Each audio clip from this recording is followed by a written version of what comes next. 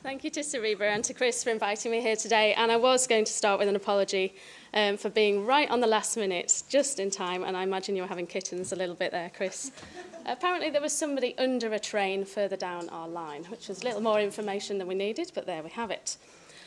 Right, okay, so I'm going to talk about stress, as we've already been hearing about, but how this actually relates through to carers' health and well-being. And this is basically the issues I'm going to talk about. So can caregiving stress affect health? Well, if you're sat there as a parent, you're probably thinking, duh, how long have you got? You know, sit down, love, and I'll tell you a bit about it. What I'm hoping to do with this, though, is go into the actual specific effects on the immune system.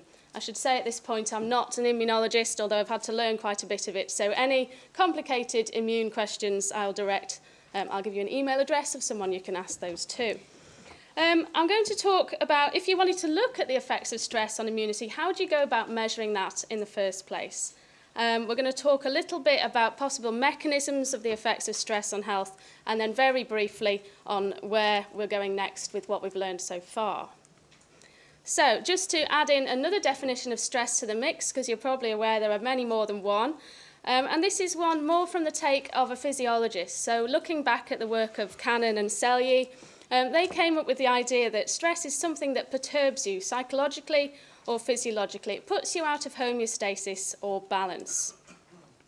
And I think we can say that is something that if you're a parental caregiver, that is something that you experience. For example, as we've heard, the literature shows that caregivers have an increased risk of depression and anxiety symptoms, although this is, it varies according to your age and sex and occupational group that you're from. Also, when you're reading through the literature in this area, a lot of it mentions caregiver burden. And burden is defined here, as you can see, as the physical, emotional and social impact of the stress of caregiving. And that results in these feelings here, but embarrassment, guilt, overload, entrapment, resentment, isolation, loss of control. Hopefully not all of these at once, but I think you can probably see that caregiving is going to lead to these feelings at some point. And what we see is that those individuals who report higher levels of this burden also have more physical and psychological health problems. This burden has long-lasting effects, and if you haven't got much of the social support that was mentioned in the last talk, then the effects are worse. So let's get into how we actually know that these effects on health are happening. Now, to be able to measure any effects on health, and I'm going to focus on the immune system mainly, well, completely in fact, you need to know what the immune system does. I'm saying that because I also work on the cardiovascular system, but in terms of caregiving, we've looked more in detail at the immune system. So what does it actually do? Well, it deals with all the nasty pathogens that you might come across in daily life. So your nasty flu virus, your colds, your horrible bacterial infections. It also surveils the body for cells that are starting to mutate so that it can stop them and reduce the risk of them turning into cancer. It repairs any damage that you've done to yourself or internally, and it gets rid of the dead and damaged cells. Otherwise, we'd all be kind of very sort of pussy, sort of globby people, because the cell turnover is so much that if we didn't have these cells of the immune system eating up all the damaged ones, then we basically couldn't survive. So the immune system's very busy in lots of ways. Also in inflammation, and while we may not like the swelling and the redness and the hotness that comes along when you have inflammation, it is also a key part of fighting off infection and disease, unless it gets out of hand. So if that's what the immune system does, and we think that stress might affect the immune system, therefore there are consequences of stress for infectious disease, and that's what I'm going to look at in detail now. So there are different ways that you can study immune function and then relate it back to factors like stress, and often what people do is look at different populations, so for example parental caregivers, and compare them to control parents, and they do various things such as counting the numbers of different types of immune cells, and this will give you an idea of if somebody's not got enough of a particular kind of immune cell, then perhaps they're going to be at risk of disease. Unfortunately, that doesn't tell you anything about what those cells are doing. It just tells you how many you've got of different types in circulation in your bloodstream at a point in time.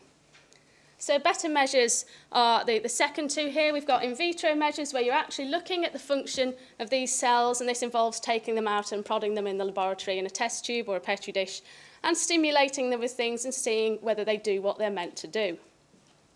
And another, and perhaps even better way to look at immunity is to look at it in vivo, or in situ in the actual body. So looking at an immune response in the context of all the rest of the bodily systems that actually affect that response. And for example, you can do things like looking at people's speed of wound healing, and you can look at their response to medical vaccinations. So just to give a quick example of an enumerative measure in this context of caregiving stress, so there's research out there that says, well, people who have a high level of stress are at higher risk of URTIs, upper respiratory tract infections, your colds, your flu-like illness. How does that happen? How stressed you might write down you are on a questionnaire actually mean you're likely to get a cold? Well, we believe it's to do with this rather odd-looking molecule here, which is called secretory immunoglobulin A, or SIGA, just to make it easier. And what this is it's an antibody. And it's one of your first lines of defense in the immune system. So the very front line of defense is your skin. But then you've got all these holes, your mouth, your nose, your ears, and so on. And you need defense at these sites as well. So in the mucosal surfaces of all these areas, you have this immunoglobulin. And we can measure this by collecting people's saliva. And it works as a kind of antiseptic paint on all these surfaces where you might be at risk of having infection. So let's see what happens if you don't have enough of this molecule. It'd be expected that you'd be more susceptible to catching a cold or flu. How does that relate to stress, though? Well, I was privileged to work with this ongoing large study based in Glasgow. Actually, I think they've just done their final set of data collection now in the last few years. And they're interested in social and psychological factors and how they influence health.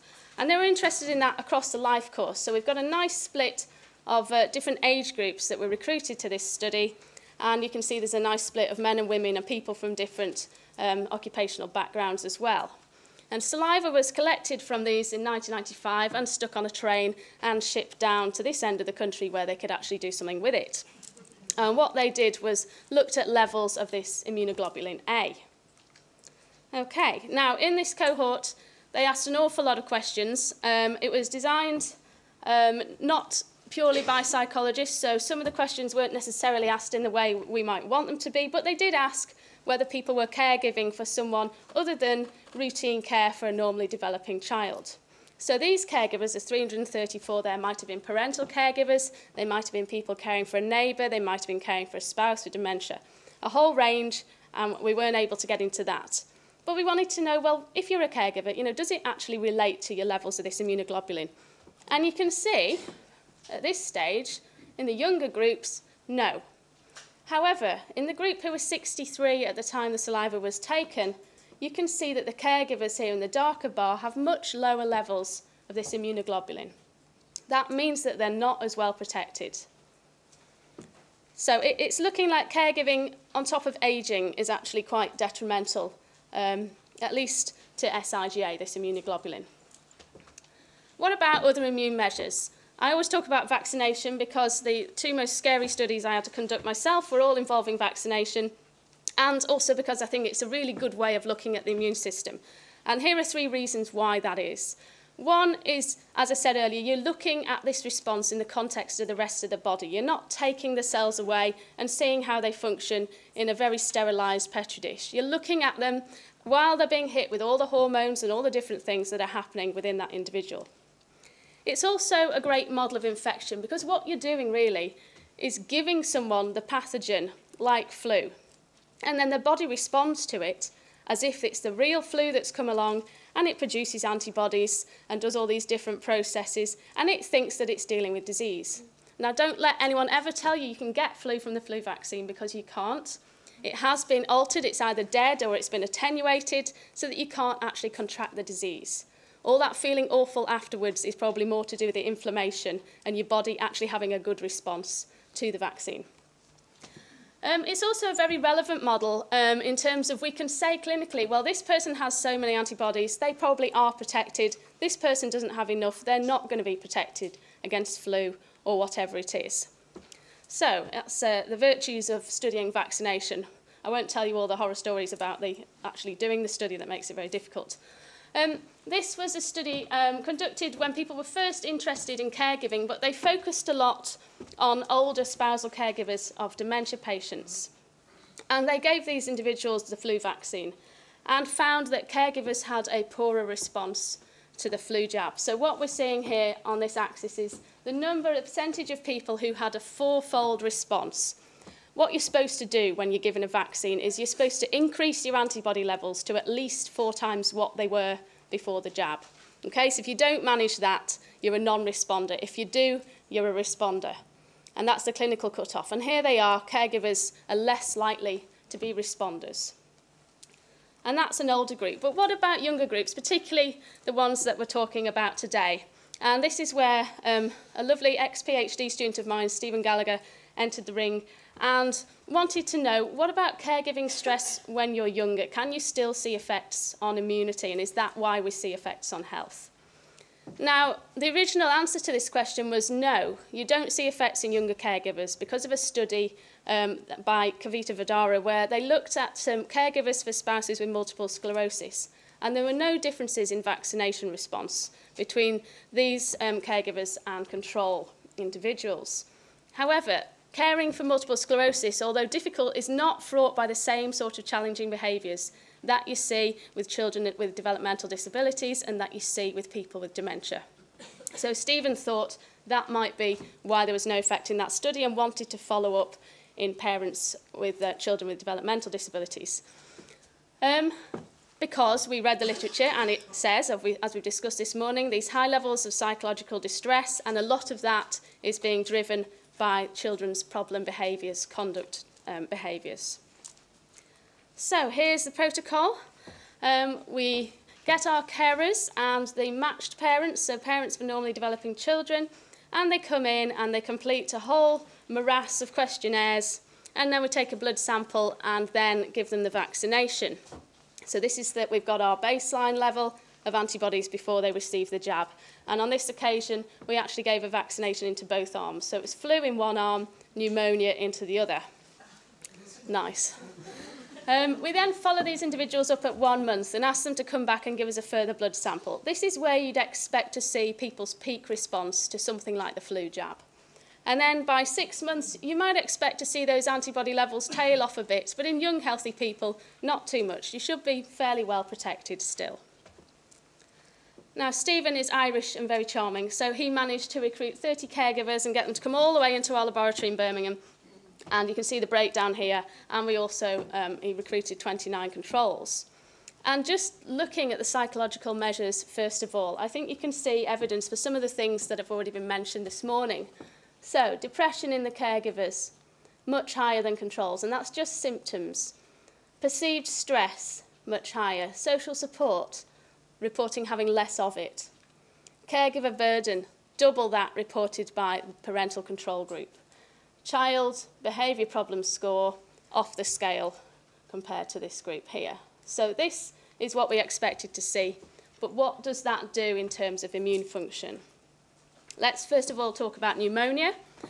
So in the case of pneumonia, what you want your immune system to do is have a response that is double what you had at baseline. So you want a 2-fold increase in your antibody levels. If you don't manage that, you are a non-responder. And you can see here, at 1 month and 6 months, the caregivers are more likely to be non-responders. Now, these are people who are between the sort of 30s and 40s on the whole. You really would expect them to be having a good response. And we've got quite a few here at 1 month who aren't. But look at 6 months, where you'd still expect there to be protection. Many, many more of the caregivers are now not protected against pneumonia. They had the jab 6 months before. It's the same story with flu, and it was one particular strain of the flu jab. They made us do the graph in a different way, so now you can track them over time and see what happens. The two groups start around the same level of antibodies at baseline, so they've not had a flu jab before. And you get a nice, lovely response by 1 month in the control group, not quite as big in the caregivers. And by the time you get to 6 months, both groups are declining. But if you look where that is, the caregivers are nearly back where they were. So where they'll be a year on from that is probably back down to baseline. When you look just within the caregiver group itself to see, well, what is it about this caregiving that's driving these immune differences? What we found was that it was all the child problem behaviours, and it's particularly the child conduct problems that were associated with lower levels of antibodies. And even within the caregivers, those who reported higher levels of child conduct problems, they were the ones who had even lower antibody levels. Now, this is a logged scale. Depending on how old you might have dealt with these at school. And you'll know that if it's a logged scale, it means that the real differences, when they're unlogged, are even bigger. So while this doesn't look very big here, the actual differences are much bigger. Okay, so what can we get from that so far? Well, I'd say you could fairly conclude that stress of caregiving at any age can actually affect the vaccination response if it's stressful enough. But vaccinations are what we call adaptive immunity. What about innate immunity, and what do I mean by these? Well, adaptive immunity is slow, it's specific, so you develop antibodies that are specific to different flu strains. But innate immunity is what you need if you don't want to die of some rapidly dividing bacteria. You need a fast response. It's non-specific, so it's not as good a lock and key match, but it gets there faster and deals with your bacterial infections. Okay, so here we have another Anna entering the room, and she is looking at innate immunity. And she's looking at a cell here called the neutrophil. It looks a bit like a sort of blue coddled egg gone wrong, but what it is actually an immune cell that eats rapidly dividing bacteria. It then produces lots of horrible chemicals, dissolves them internally, and gets rid of the thing entirely. And Anna was also interested in, well, how does stress affect these cells? What's going on in terms of the stress response? And we know that the way the brain perceives stress has a knock-on effect at various different glands, resulting in the release of stress hormones like cortisol. And cortisol is bad for immune cells on the whole. Fortunately, we also produce something called dehydroepiandrosterone, and that actually counteracts the effects of cortisol. So if you're looking at the ratio of these two hormones, that's quite important for health, and what you don't want to have is a very high ratio with lots more cortisol than DHAS. So here's Anna's study, and she's been concentrating on 3 groups, as you can see, and particularly looking at these groups because of the levels of behaviour problems, thinking that this is going to contribute to the stress observed in parents and therefore perhaps affect immune function as well. This time, it was a slightly different protocol, and it involved Anna attending syndrome support days, asking people to fill out questionnaires and give a blood sample before they'd even had their cup of coffee in the morning. We didn't want anything affecting that blood sample, didn't even allow them to have breakfast. We also, if they would so desire, to take a horrible urine sampling pack home with them, which consists of a large jug and a small pot and something to pour in between. A few people actually said yes, they do that for us as well, which gives us a nice picture of the hormones across 24 hours. The thing about neutrophils is you have to look at them on the same day, so you have to conduct all the assays live while the blood's still fresh. You can't put this stuff away in the freezer. So Anna then had to go back to the lab and get help from a lot of friends to try and look at the function of these neutrophils. And what did she find? Well, first of all, again, looking at the difference between the groups, we've got the caregivers and then the control parents again, and you can see that we had a nice match between our groups and all the main demographic characteristics. Also, no differences in diet or exercise behaviour, although the caregiving parents did drink more alcohol, which is fair enough, I think. What about the psychological effects? And we used some of the similar scales that Stephen Gallagher used in his study. And you can see, again, higher caregiver burden, higher perceived stress, child problem behaviour is much higher, lower social support, although happily in this study, caregivers did report having a lot of support from their families. They really felt that their families helped them. But, and this is actually good news if you're a parental caregiver sat out there was no difference between the groups on neutrophil function. And that was how well the neutrophils could actually eat bacteria, which is what this is here, and how well they could produce superoxides like bleach to kill the bacteria. No difference whatsoever. And when we looked at the stress hormone data, we expected the caregivers to have a high cortisol to DHEA ratio, but actually you can see the caregivers had a lower ratio. And we're now trying to figure out why this is and whether it's some sort of adaptation to stress or some sort of adaptation that's useful when you're a younger person that you can actually get going and hopefully employ to help your immune system along. So I'm going to skip that and get to the conclusion. So it looks like not all aspects of immunity are equally affected by stress. Some seem to require immune aging as well. So where can we go next with this? Well, what we want to know now is this innate immunity, these neutrophils, are they affected when caregivers are older? People's lifespan is increasing and people are likely to be caregivers for much longer. So are we going to see immune differences between caregivers and non-caregivers later in life that need to be dealt with? Where we're already seeing that immunity is poorer, such as in the vaccination response, what can we do about it? Can we increase levels of social support? Can we give hormonal supplements that might just boost immunity up that little bit? And also, can we make sure that doctors give out vaccinations earlier? Rather than waiting till you're 65, go and get your flu jab now, basically. Having some protection is better than none, and I think that's something that's come out from this earlier study with vaccination. So that just leaves me to thank everyone involved and the funders, and these are all the people involved in the studies I've talked about. Thank you.